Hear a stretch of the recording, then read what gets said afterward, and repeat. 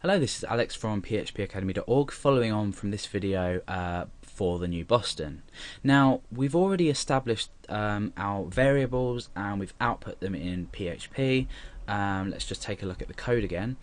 We've basically fulfilled all three of our requirements. Now, if you haven't already seen this video of creating this, please go back and watch it, otherwise you're not going to completely understand what's going on. Now, what we've done is we've taken the variables, we've checked whether the form is being submitted. If we submit the form without, we say fill in all fields. If we enter something in each of these, we are displayed with this. Now, this video is going to deal with the security of form data. If I was, say, extracting data from a database or submitting data to a database, then extracting it back, and anything user submitted, there's always going to be a chance that people are going to try and mess around with your code or with your web application, whatever it may be. Now, the day is Monday, the date is 31st, and the year is 2011. However, what's to stop me typing in this? So I'm going to have the day in bold, a normal date, and then let's underline the year, and I click submit. You can see that the output to the page has now been formatted depending on what the users put in. Now, the reason this is dangerous is because I can in fact say iframe source equals a page here. I could end my iframe there. I could type in anything here. I could type in anything there, and you can see that what's happened is that we've returned this HTML and it's echoed it out onto the page. Therefore, we're processing HTML on a page. We don't want our users to be able to do this, and there's a simple way that we can protect against this. A simple and effective way to protect against this. Now, what we do is when we declare our variables here, day, date, and year, we can also include these wrapped in functions, and the function we need is htmlentities. We don't need to worry about this here because we're not doing anything with this data when we check this here. So, for example, we wouldn't need to say htmlentities there. It would be absolutely pointless because we're not displaying the data here, we're just checking whether this particular variable here is set.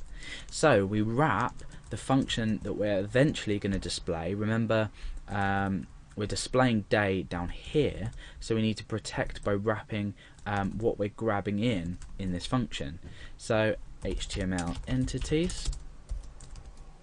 And what htmlentities does, I can show you on the page when we view the source of this. Entities. Yeah. Okay. So htmlentities. What this is going to do is it's going to take, let's say, for example, a strong tag. It's going to keep the word strong, that's fine. Keep the word strong here, that's absolutely fine. But it's going to turn these into a value that's, rather than processed on an HTML page, it's displayed on an HTML page.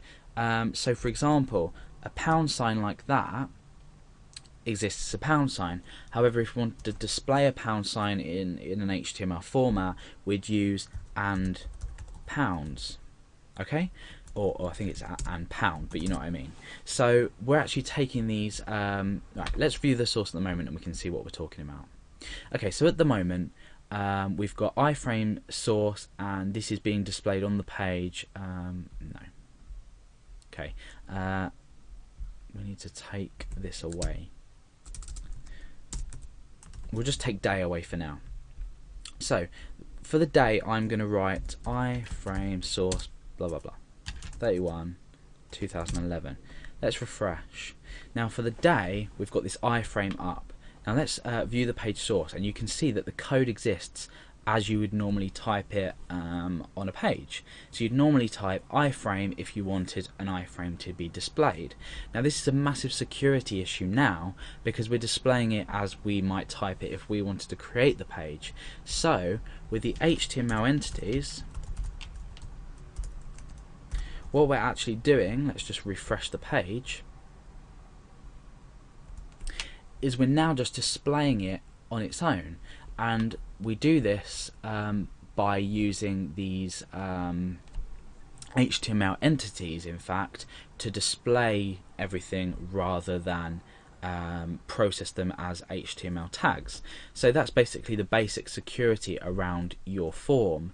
There's obviously added security when you're dealing with different things, but if you're displaying data on a page, for now this is absolutely adequate to ensure that your users don't do things like change the background. Well, they can't change the background color, but iframes are very dangerous for sort of XSS attacks, things like that. So that's basic security on your form.